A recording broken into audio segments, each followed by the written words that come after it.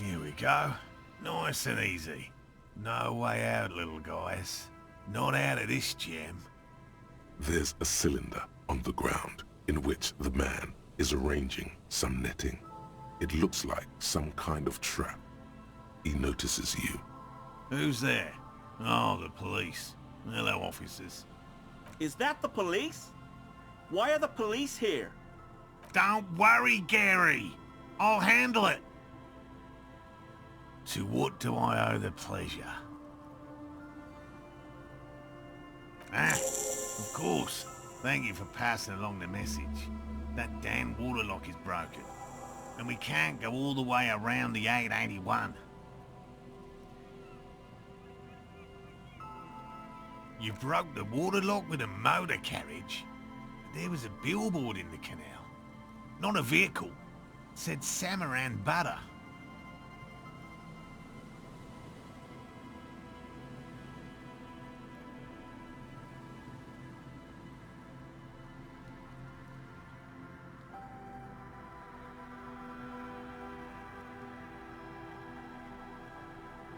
Did he say we can go back now? Yes, Gary. We can go soon. If you see Lena, tell her I won't be long.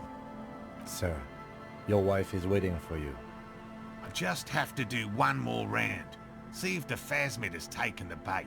Then we're going. For all his passion, this man is diligent and patient. You could learn things from him.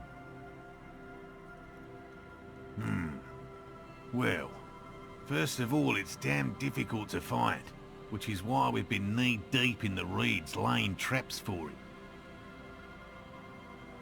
Good question. Being a phasmid of the order Phantasmodea, a ghost insect, it disguises itself as plant matter. In this case, the reeds. Awful lot of reeds around, aren't there? And I suspect it may have also developed other specialised techniques to protect itself from predators or scientists in our present case.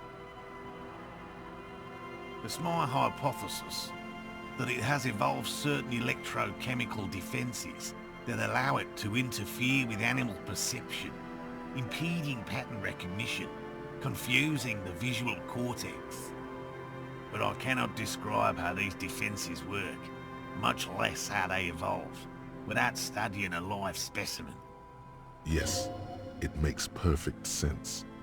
You're beginning to suspect there's something paranatural about this phasmid. I'm expecting it to be quite giant. One known species of phasmid, called the Megaphasmodea zoensis, is about the size of a grown man's forearm, so Seems puny, to be honest. very little, I'm sorry to say.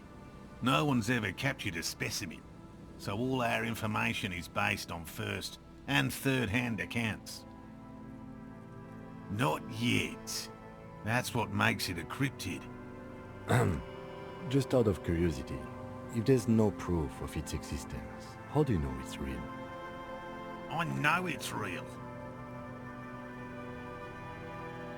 By which I mean, I've heard enough first-hand accounts to believe quite firmly that the Insulindian phasmid is more than mere superstition. Yes, the most recent sighting was by a couple of teenagers along the coast here. That's what brought us to Martinez specifically. It's the first credible sighting in several decades. Admittedly, it's an unusual location for this species, but with all the sewage runoff upstream, it probably doesn't matter much anymore.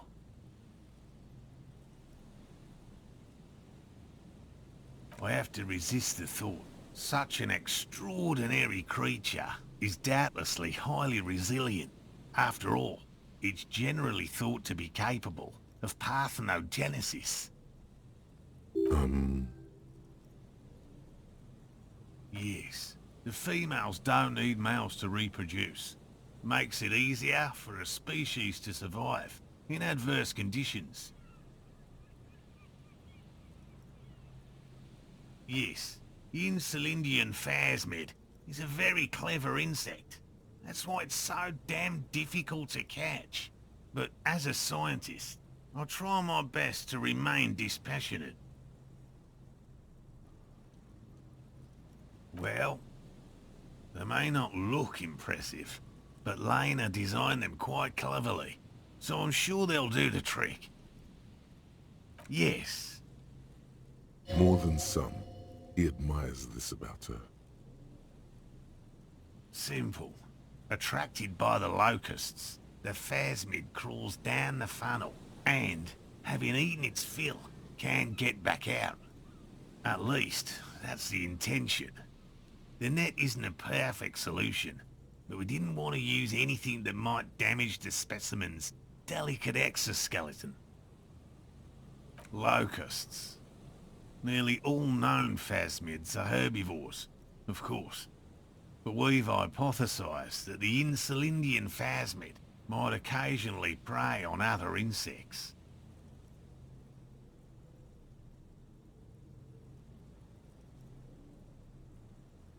Inside the traps, a number of locusts crawl and tumble over one another in a tiny, chittering swarm. They'll work, I assure you. The predatory hypothesis, using locusts as bait, accounts for the failure of previous efforts by other teams, which use plants. We have given this some thought. Yes. What? And I'm eager to return to her, I assure you.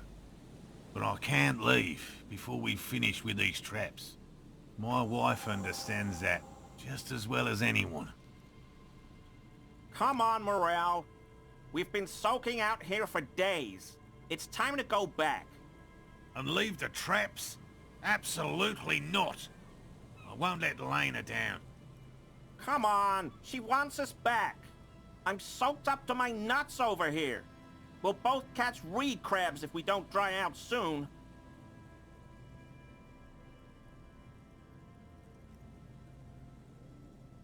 I'm doing this for science, and so is she. Of course it's important to her. She's seen it. A verified sighting, on record. One of only 4 this century, and it's hers. Yes, that's how we first came to know one another, in fact. But that's her story to tell, not mine. Needless to say, you must ask her about the mysterious phasmid. Suffice to say, it's long been our dream to find proof of the Insulindian phasmid together. I can't abandon course now.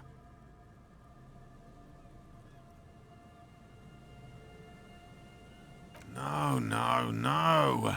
The traps need to be monitored on a regular schedule. What would we do if the phasmid were to starve while we were sipping tea at the hostel? He's dead set on this. I didn't expect you to take such an interest in our work here, officer. Yes, indeed. Both require a great deal of research, attention to detail, and, above all, persistence. There are 4 in total. One is to the south, on this little peninsula, by the boathouses there. It's very near. Another we set in Land's End, to the northeast. It's behind a small sand dune there, on your way to the old radio tower, after the church. The third is set near the canal, where you crossed, by a concrete slab. A big thicket of reeds going up the slope, and among them, you should check at least one of those before returning to this one, since I just said it. This one's more of a technicality, but still, better safe and stupid than sorry. That seems like a lot. Do we really have time for this extracurricular venture? Is it? If you think it's important, you have been right before. Bring it to me at once. Just make sure the trap is closed tight. That's highly unlikely, officer. But in the event you do, I'll spray you with a pheromone mixture I developed. It's made of musk and research chemicals. The pheromone should attract the insect to you, or at least prevent it from bolting at the sight of you. It's quite potent. Will last you about a week. Wise choice. This is the smell of dying reeds, of longing crumbling into the water. I hope you're not buying this. It dispenses it without letting you touch the canister, so it would be precious like holy water. It is precious. A single dose cost me 50 real to develop. Not that I expect you to understand self-financing one's own research. Right, which means you two can pack up and go back to the whirling. Whatever he thinks about this detour, it's clear that these men are exhausted and in need of assistance. Finally, someone's talking sense. Thank you for your help. Gary and I will start breaking down camp. If you have any more questions, now's the time to ask. We'll be gone once you get to it. I've just always liked animals and puzzles. Searching for cryptids is a bit of both. He seems reluctant to talk about himself, but he'll open up, if you prod a little.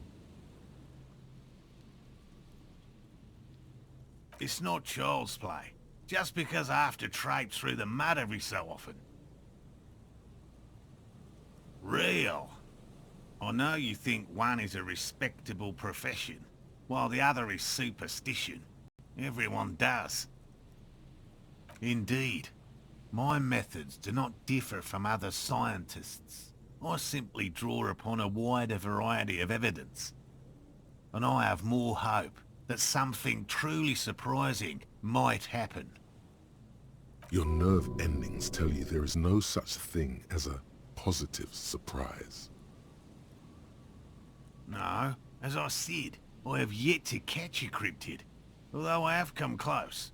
Close enough to keep trying.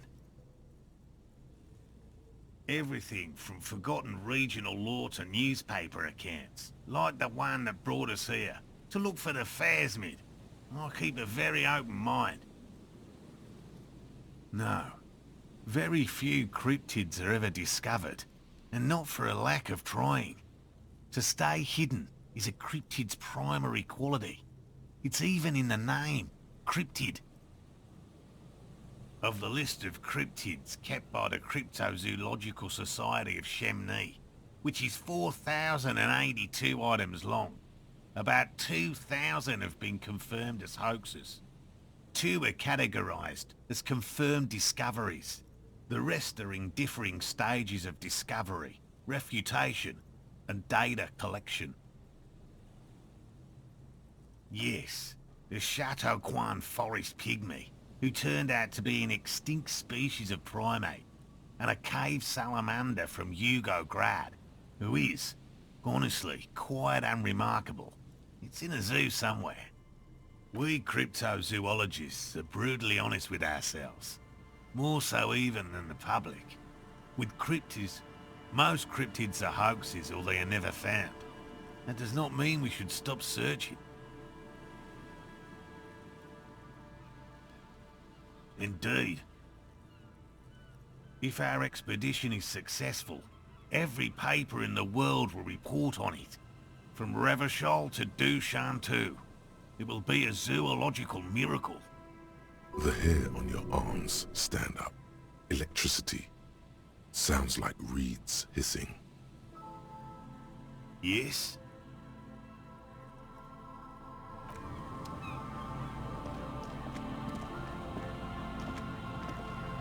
Hello, I'm Gary. Very generous of you to help us out, officer. Yellow man. I mean, officer. The lieutenant raises his eyebrows slightly and takes out his notebook. Yellow man. That sounds awfully familiar. Something to keep in mind for later. I'm just waiting for my friend Morel to finish up with his insect traps so we can return to civilization.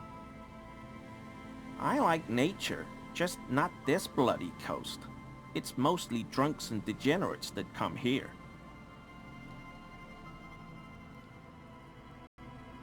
Oh, I've been tempted. But someone has to stay strong for Revachol. Serious question time. This man is no innocent. No one is. My mug? Why would you think that?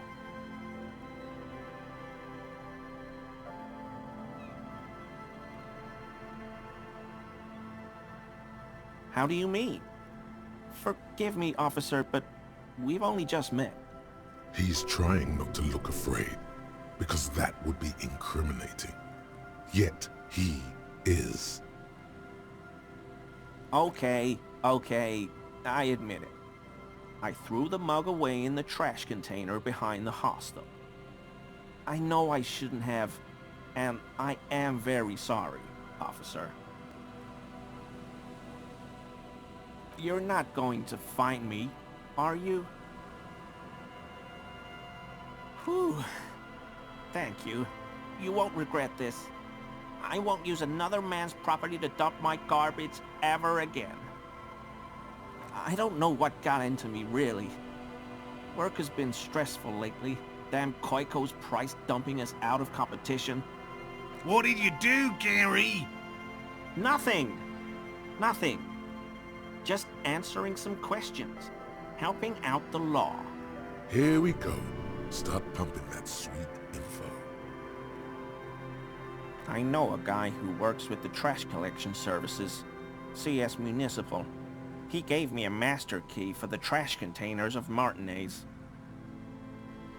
So I can use the Whirling's trash compactor to store my own stuff. Garbage disposal is expensive as hell. The damn Bohemians run it like a mob. I'm sorry, okay? I thought I could cut costs. I shouldn't have. I shouldn't have disgraced myself. Disgraced? No need for the histrionic, sir. It was, after all, just a trash container. He studies his reaction. Gary doesn't answer. Officer, please. Let me explain. It's not like that. I was only cleaning up. I live right across the yard from where he was hanged, and I saw him stripped naked. All the clothes lying around in the yard, smelling. People are animals, you know? Then I came out to clean up the rags, because no one else would. I put them into the Whirling's trash, along with a broken mug, admittedly. Okay. I was coming to throw the mug away, and, well, I threw the mug there and the clothes too. Right. It was just civic duty. Exactly. That's exactly what it was. Civic duty. Armor? No. I mean, yes. Of course. I know he was wearing armor, but I don't know anything about it. I hope I could help your investigation, in my small way. Don't be so relieved yet, Gary. This bad cop may have been in your apartment, admiring your mug collection. Perhaps a little intimidation?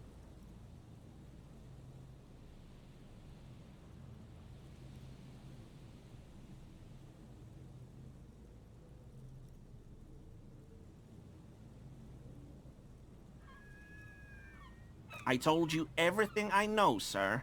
I'm truly sorry for the mug, but I have nothing to do with that.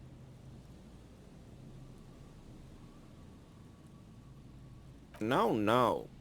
I help Morel with research sometimes, and I've learned some things along the way, but I don't usually go in for picnics like this on my own.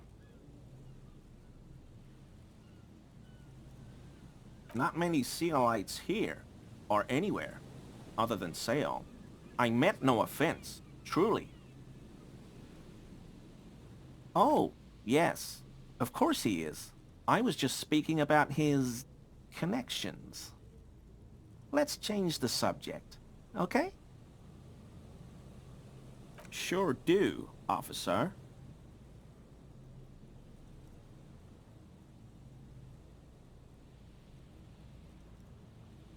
Mr. Everard? So you work for Everard Clare? Officer, please tell him we're good. No, tell him I'll make it up to him. What have I done? He'll send the muscle after me.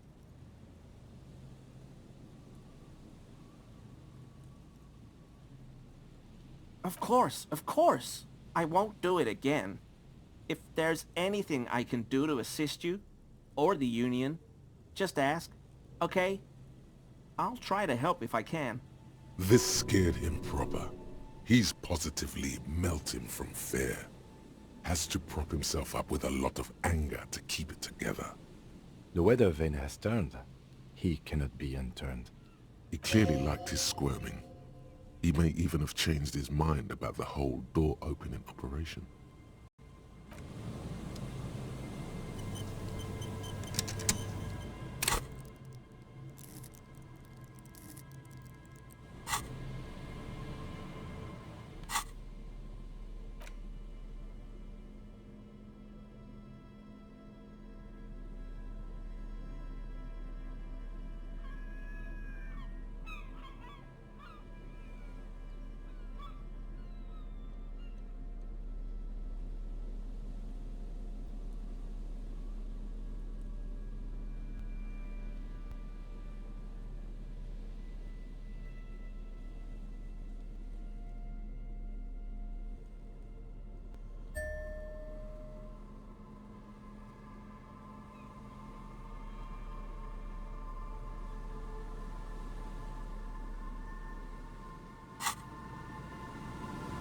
Always a pleasure. I mean, officers.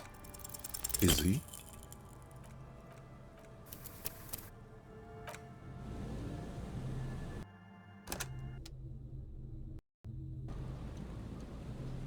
Always a pleasure. I mean, officers. That shirt looks very uncomfortable on him. Look at the buttons, barely keeping that thing together, as if something is ready to rip out from underneath. Yes, like a piece of ceramic armor, for example. One that makes a clicking sound when the plates meet each other, resembling pearls or marbles, stolen from the corpse in the yard near where he lives. I knew you'd figure it out, officer. I'm sorry I didn't tell you at once. I was ashamed of what I did. And I didn't want you to know. This shame is surprisingly sincere. Gary, what's going on? Later, Morale. I've got apologizing to do. No, you've got explaining to do. Everyone was picking those pieces off him, and I was watching them do it. And they'd scattered his clothes all over the yard. Everything was smelling. So I went there to take out the trash and started cleaning up. All those rags on the ground, him swinging up there, and I had a lapse of honor, sir. I thought, he's a foreigner. They all say he wasn't from here. Only the cuirass was left, so I stripped it off him. It was early in the morning. No one saw me. I took it with me. It was a mistake. Had I known it'd give you guys trouble, I wouldn't have... Fuck. It's okay. It was a loose end, and you are tying it up now. I'm so fucking sorry I called you Yellow Man. Sealite officers commanded the suzerain's navy. Most of them sided with the king when... It's difficult to say what the lieutenant thinks of this historic apology. His face does not belie emotions.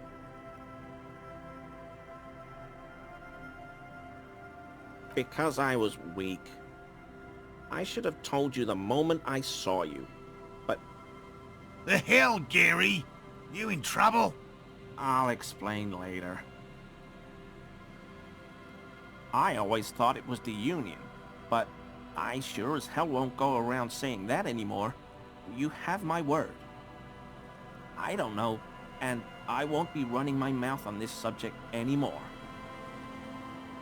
He sighs again, hangs his head, and unbuttons his shirt fully. A cuirass that matches the dead man's boots comes into view. Soon it is in your hands, smelling of his sweat. Yes, absolutely. I will never do anything like this again. I won't mess with Mr. Clare either. You have my word.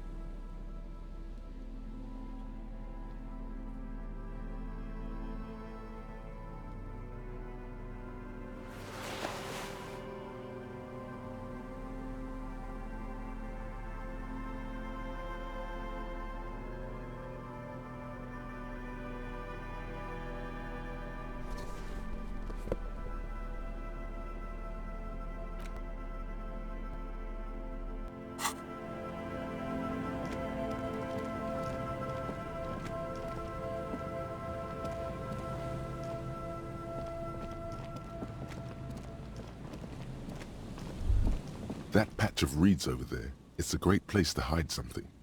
Kind of out of the way, being so close to the water. Nothing. Just a hunch. The hunch passes, leaving you there, by the old boy bobbing in the water. Time to go.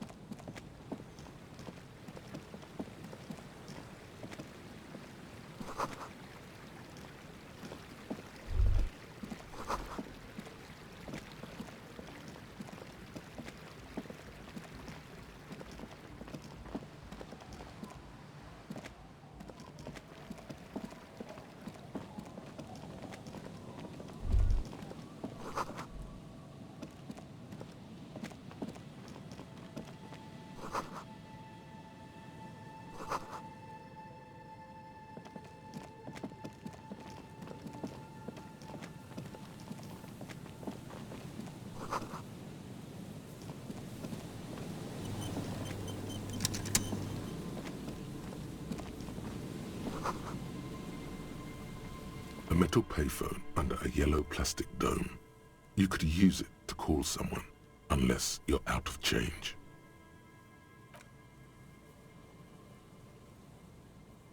You hear the tone. The machine is inoperable. Calling. Still calling. This feels wrong. Should you be doing this? End of tone. Someone picks up. Pierre? Is that you, Pierre? Do you have any news about Pierre? He's my sister's grandson. He used to visit me as a lad. Fine young man. But who are you, then? A salesman of some sort? Modern goods are rubbish, and I can't afford them anyhow. It's a shame what you did to our country.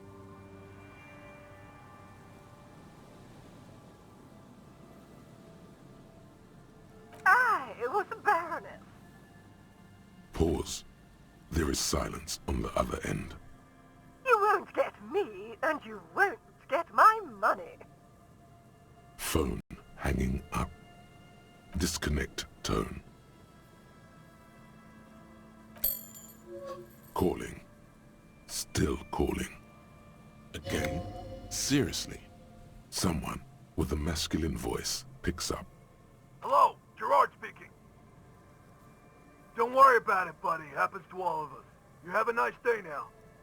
Phone hanging up. Disconnect tone.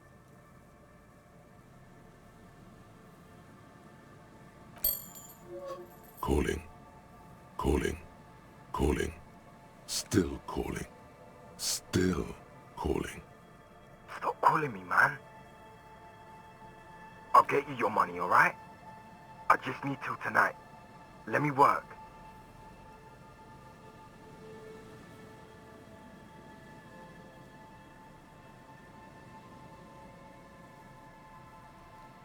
The phone gets hanged up fast as lightning. All you hear is a little shuffle of nylon as the hand moves on the other end. Disconnect tone.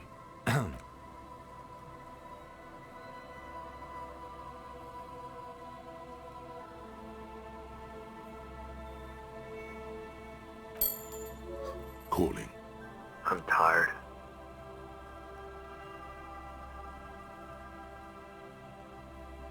If I could go just 1 month without writing, no, 2 months, I could regenerate my brain. Fucking liberalism. The man disappears with a sigh. You do not hear the customary disconnect tone, just silence in the handset. The machine is still waiting for you to dial a number. Seems like it did not have time to swallow the coin. This sometimes happens. Lucky you. The call went too fast for the payphone to register. You can still make a new one without paying.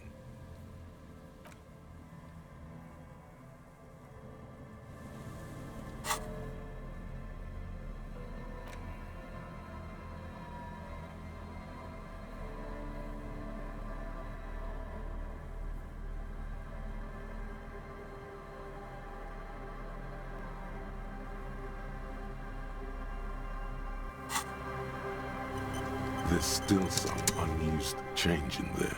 The machine waits for a number to be dialed. You close your eyes.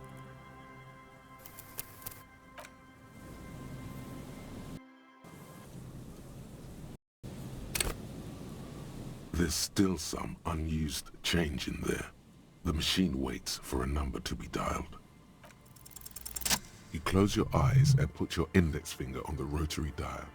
Then pull down on the number. Then move one up and repeat the motion twice. Strange. This is not how you started before.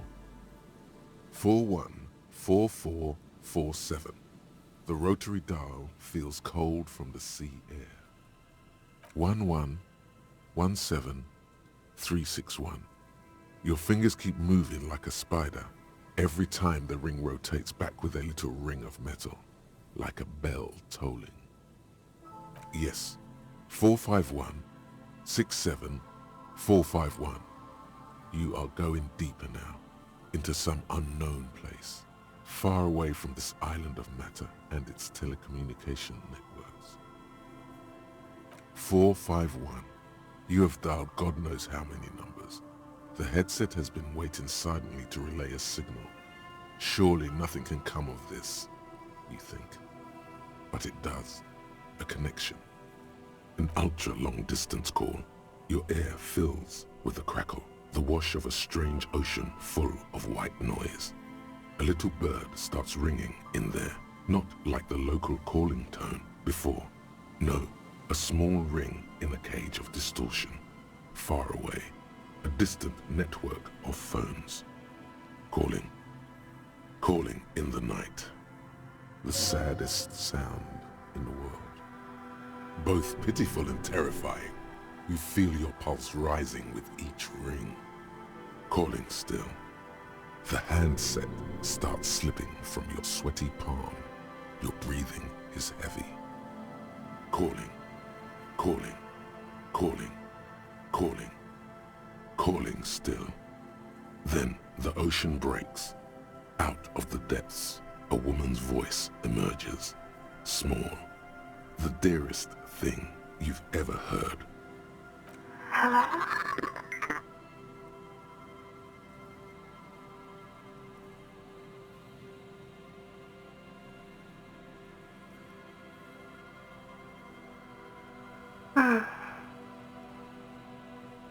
Who is this? Dora. Who is this? The connection is bad. Dora. The name feels like a gift. A gift that was meant for you. To make it possible to live. And fight.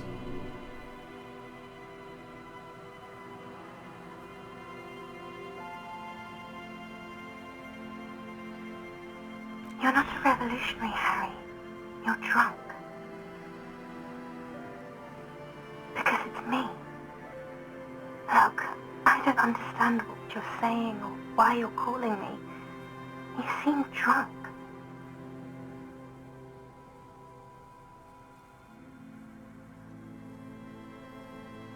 Oh, God.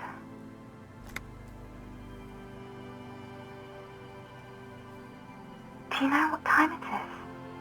It's so late here. It's 4 o'clock, Harry. I need to wake up in 2 hours. What do you want to talk about that we haven't talked about already? This is bad. You feel your right hand on the handset cramping up with pain. I'm in my rover, sleeping. To work. The academy, where I work.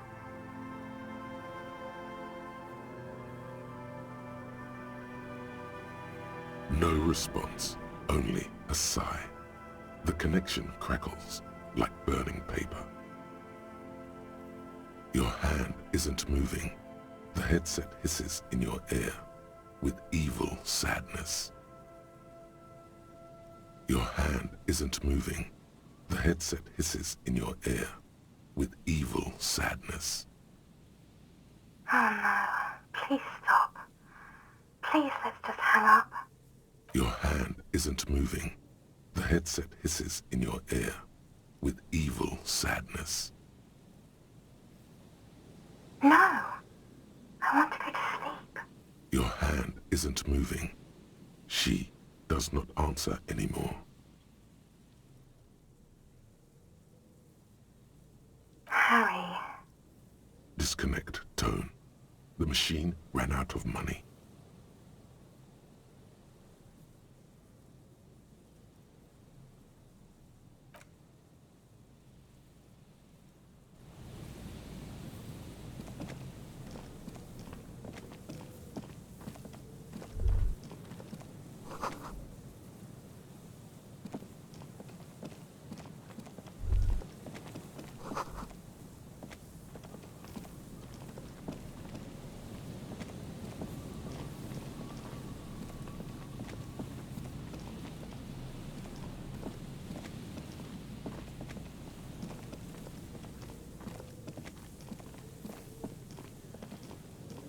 Someone has has left an unidentifiable article of clothing on this railing. It smells really bad. The cloth, if you can still call it that, makes a soft crunching sound as you thrust your finger into it. It's streaked with dried seagull shit and tangled with pieces of seaweed. A dangling arm suggests that there might be a jacket beneath the crust of filth. Please tell me you're not taking that with you. I'm sure he'll be thrilled to have it returned.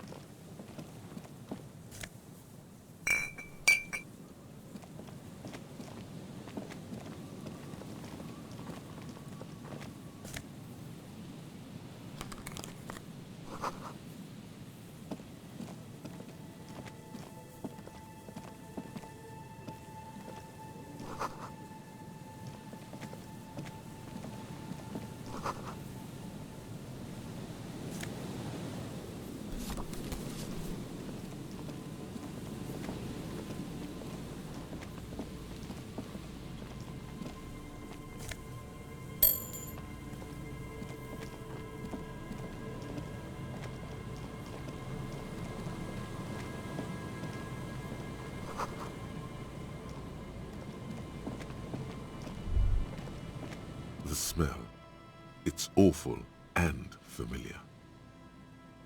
It doesn't help. You can still smell it. Keep it in now. Don't overreact. Breathe.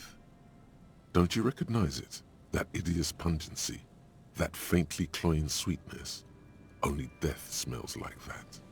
Something cold wakes in the pit of your stomach. Fear. The lieutenant has already brought a handkerchief to his nose. Eyes up, detective. Something's not right here.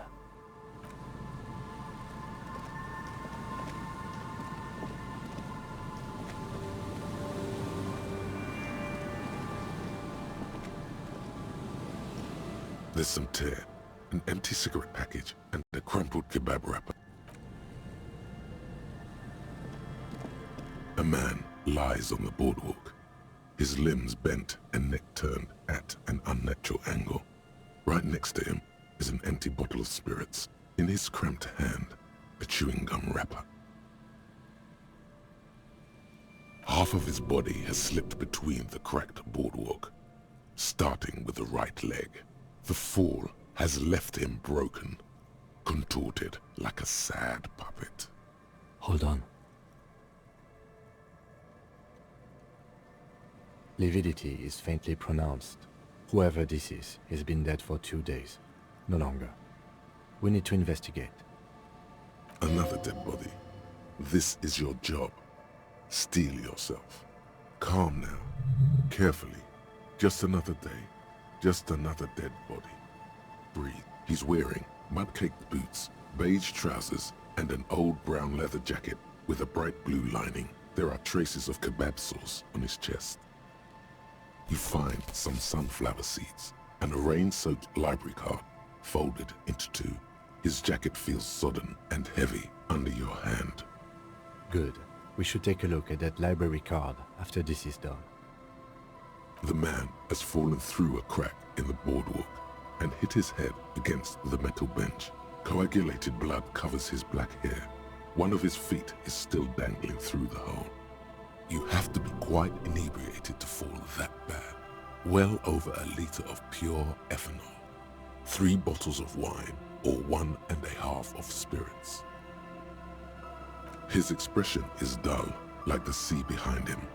Drops of water shining on his mustache. His eyes, empty and wide, look frightening in their frozen gaze. He was confused when he died. Confused and alone, most likely. Overcome with the awful surprise of it all. He was just about to head home. The first step back home proved to be his last. There's some dried blood on the metal bench, right where the corpse's head rests. The floorboards are rotten and slippery wet around the hole. An empty bottle lies nearby. A chewing gum wrapper is clutched in his fist. A dried chunk of blood covers the hair at the back of his head. An open wound. It's sticky and cold to your touch. This is where he came out of himself, drop by drop, when he was unconscious. It took 3, maybe 4 minutes. I don't see any other major wounds, do you? Seems like the head wound was fatal. It's exactly the shape of the bench. They screech under your feet ominously. It's hard to say whether the dead man's weight was the cause of the boardwalk to break. It definitely looks fragile. A .75-liter Tallulah vodka with its cap missing. There's hardly anything left inside. It's mid-market spirits with a slight touch of menthol. The man meant to enjoy himself, have a good time. Tear all around us. I'd prefer if you didn't collect them this time. It's not proper. True. It feels disrespectful. Grabowski spearmint chewing gum. Green leaves on the cover. The man's mouth is half agape from the terror of the fall. The blackness of death. Stench. You think you see white chewing gum too? He ate the whole pack, right? It's to cover the smell of alcohol before going home. The worst thing is, I've seen it before. Almost the same scenario, even the chewing gum. It's always the same. In a ditch off a road below the 881, he thinks. A young father. Then he shakes his head to make the memory stop. The entire boardwalk creaks in the wind as you take a step back. Looks like one of the locals. He'd have to know this spot to come here. You don't just walk over here. But that's just a lazy assumption. What do you think? At least this man knew how to party. Imagine the same scene without the bottle. Now that would be just sad. This is an omen, a sign from above. Don't start drinking again.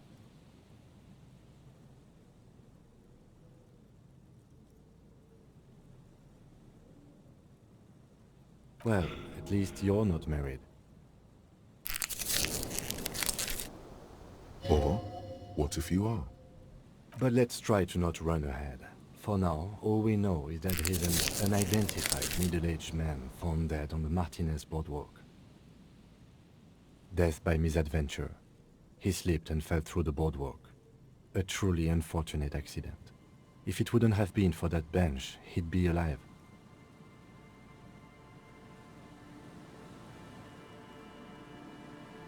Oh yes. Some symptoms of acute alcohol poisoning could have definitely played a role here. Severe confusion, respiratory depression, unpredictable behavior. But I think that death arrived through head trauma, not liver failure. What about it? The deceased ate some kebab. It's probably from a nearby place, maybe in the Pox. They'll seal this place off after the news reaches the coalition officials. I doubt that they have enough resources to actually repair the boardwalk. Not that sealing it off would keep anyone away. All it does is keep the city council's hands clean. It does seem to be a pretty straightforward misadventure, although there's still a question of identifying the body. From where I stand, I can see two options. We either take the case and follow the leads to identify the body on our own, or we report back to the station and leave this for our colleagues to handle. Alright, we should first examine the library card you found. Then we can call the station from my kinema. Let them know we are taking the case.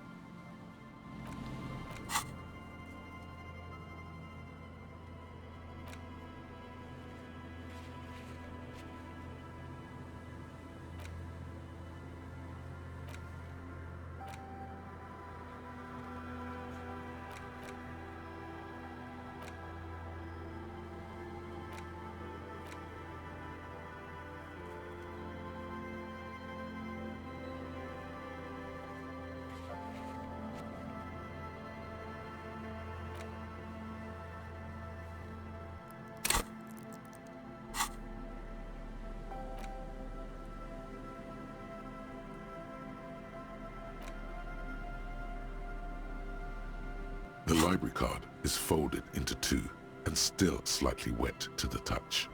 The front side reads, Central Jamrock Public Library Card, issued to Billy Mejean, expires July 53.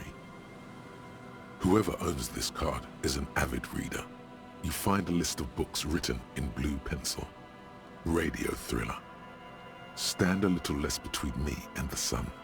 The last one in the list is The Glinton Curve by M. Theobald.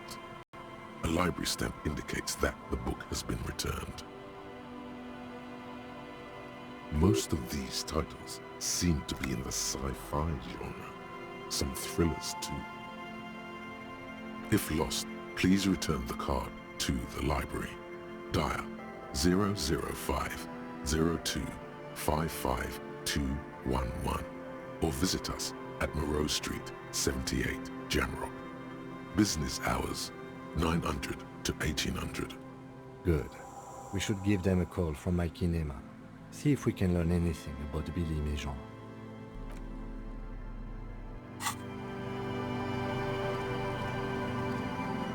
There's some tear, an empty cigarette package, and a crumpled kebab wrapper in the trash bin. Whoever tossed it here was a heavy smoker. The brand name reads Red Astra. You see traces of mayonnaise and ketchup on it, as well as a tomato wedge. The wrapper reads Shish Kebab Revachol. 2 empty bottles of Tallulah vodka and a can of black potent porter is all you find. A tragedy. He shakes his head with genuine sadness.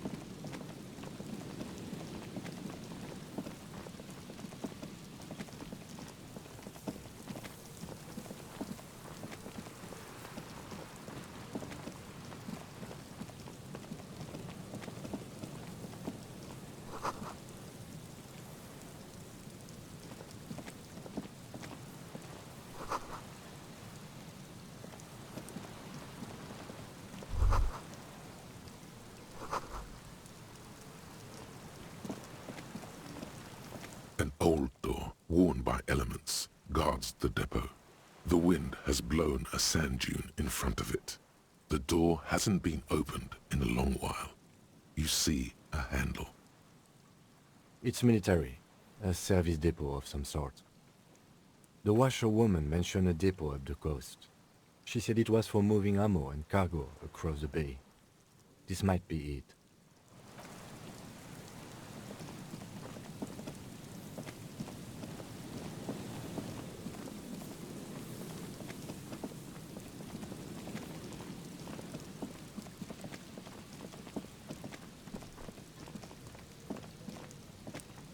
There's a trap in the reeds at your feet. Looks like the same one you saw Morel set before. Same mesh, same wiring. Locusts are crawling around in the trap, confused but uneaten. You see no carnivorous reed phasmid gorging on them. Big surprise. Anyway, 1 down, 3 to go. Surely. Anyway, the air is nice and fresh here.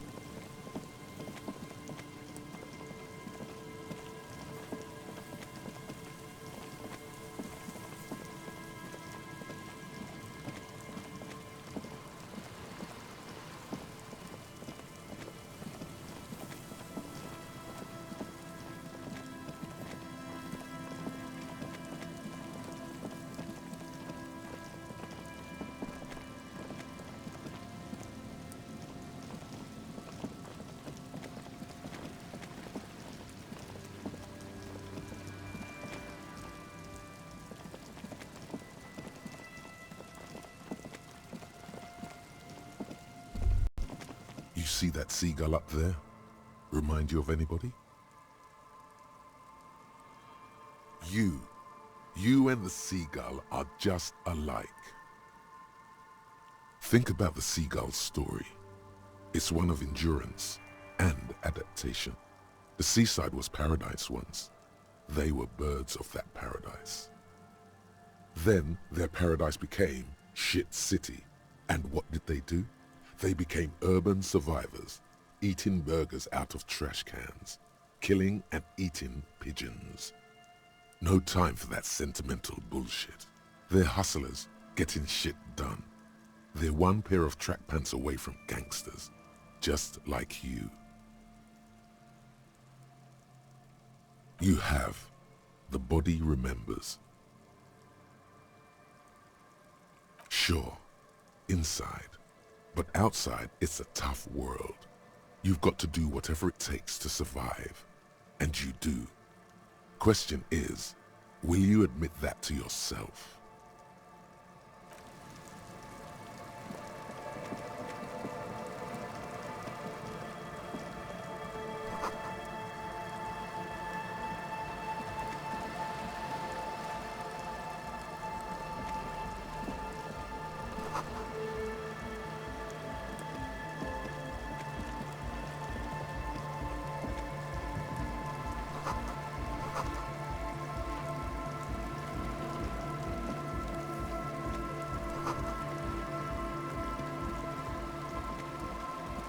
A pane of Eternite has been planted into the snow.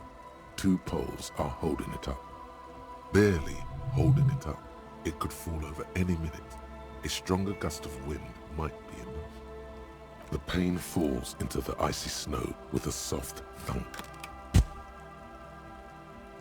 We should ask that girl on the ice what's going on here.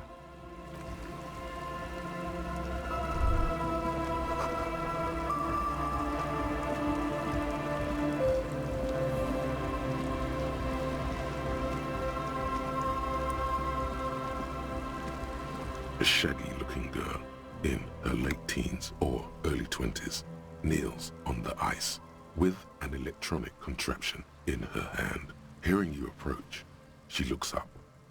Oh, hello there. It's cold out here, but she's not wearing a hat. She must be freezing. Everyone knows drugs make you invulnerable to cold. You bet this one likes to party. Huh? So should you. You don't have to do anything. I don't know, some kind of a store? Maybe a general store? Look man, fuck the hat. Your pulse rises. What did she just say? That's not how a civilian is supposed to address an officer of the law. I'm sorry I said fuck the hat. I was concentrating on something else. My whole family swears and it rubbed off on me. A cell.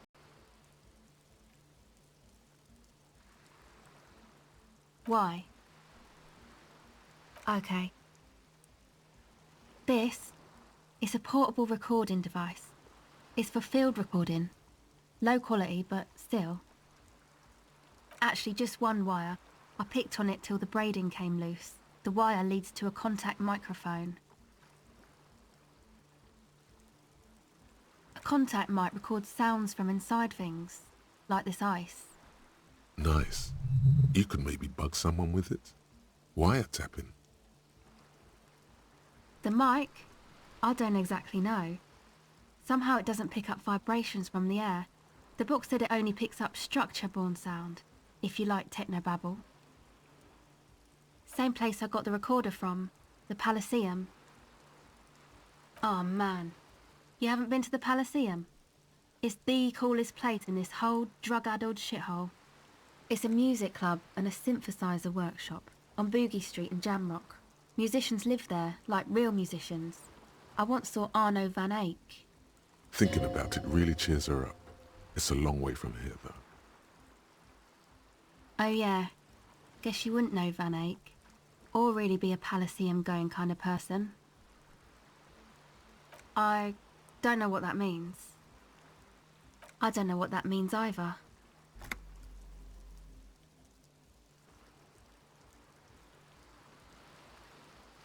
That's cool. Sucks, man. Was there something else? About the contact mic, perhaps? Okay. Recording, I guess. I think I'm recording cracks in the ice, but there's no way to tell. Not without headphones. I think I just recorded your footsteps too. Not sure how that will sound. My boyfriend sold them. I don't know, man. Things. Just stuff you need for life. Everything checks out, sire. The musicians in the Palaceum used them for making music. They looped the stuff, cutting the tapes together. They make music out of cracks in the ice and keys jangling. Crazy sounds like that. It's hard to explain. Anyway, I thought I'd make some too. It's supposed to be, like, a music place anyway. I don't really know what I'm doing. They use synthesizers too. I don't have a synthesizer. She looks at the recording device, the thing she thought would fill her hours with joy and escape. It's turning out to be an empty fantasy. She feels childish, very useless all of a sudden. Take this, you're cold. No, man, fuck that, I'm cool. I'm sorry I said that. I'm sorry about the fuck. It's okay. That? The boys think it could be a place, like the Palaceum or something. Stupid. It's really not gonna be a Palaceum, that's for sure. Yeah, Andre and the guys, they're inside, in the tent. And why is that? They got too much stuff crammed in there, no room. Music stuff mostly. Like this tape recorder, but bigger. And there's piles of it. That stuff is more expensive than I am. More expensive than any of us, really.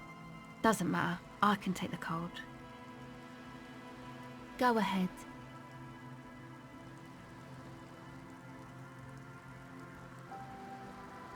It's supposed to become like a club for anodic dance music, like that new style of synthesizer stuff they play at the Palaceum. Except that, yeah. The floorboards are twisting, and the shooting beams are slowly cracking, like bones. Far east of the Golden Delta, beyond the industrial port, there is a black patch of unlit coast with the smallest creatures on the ice. There will never be a club for anodic music here. Not in a million years. I know. It's not my idea. Andre and the boys found the place. It was supposed to be deserted, but now they can't even take it. Hey, don't get me wrong, but you're cops, right? Okay, well, maybe you could talk to Andre and the guys, because there are some strange things going on in that church. If you're police, you should look into it, right? They're inside that thing there. Would be cool if you did. Was there something else? You know, anodic, cathodic, music that's made with electronic instruments. Synthesizers and tape consoles, microcomputers too. Anything that uses electricity, but isn't guitars. Also found sounds, stuff like that. You see clear, beautiful, violent flashes of light. Light cutting through a smoke-filled darkness. That is what the future will look like, if it ever comes. Go ahead.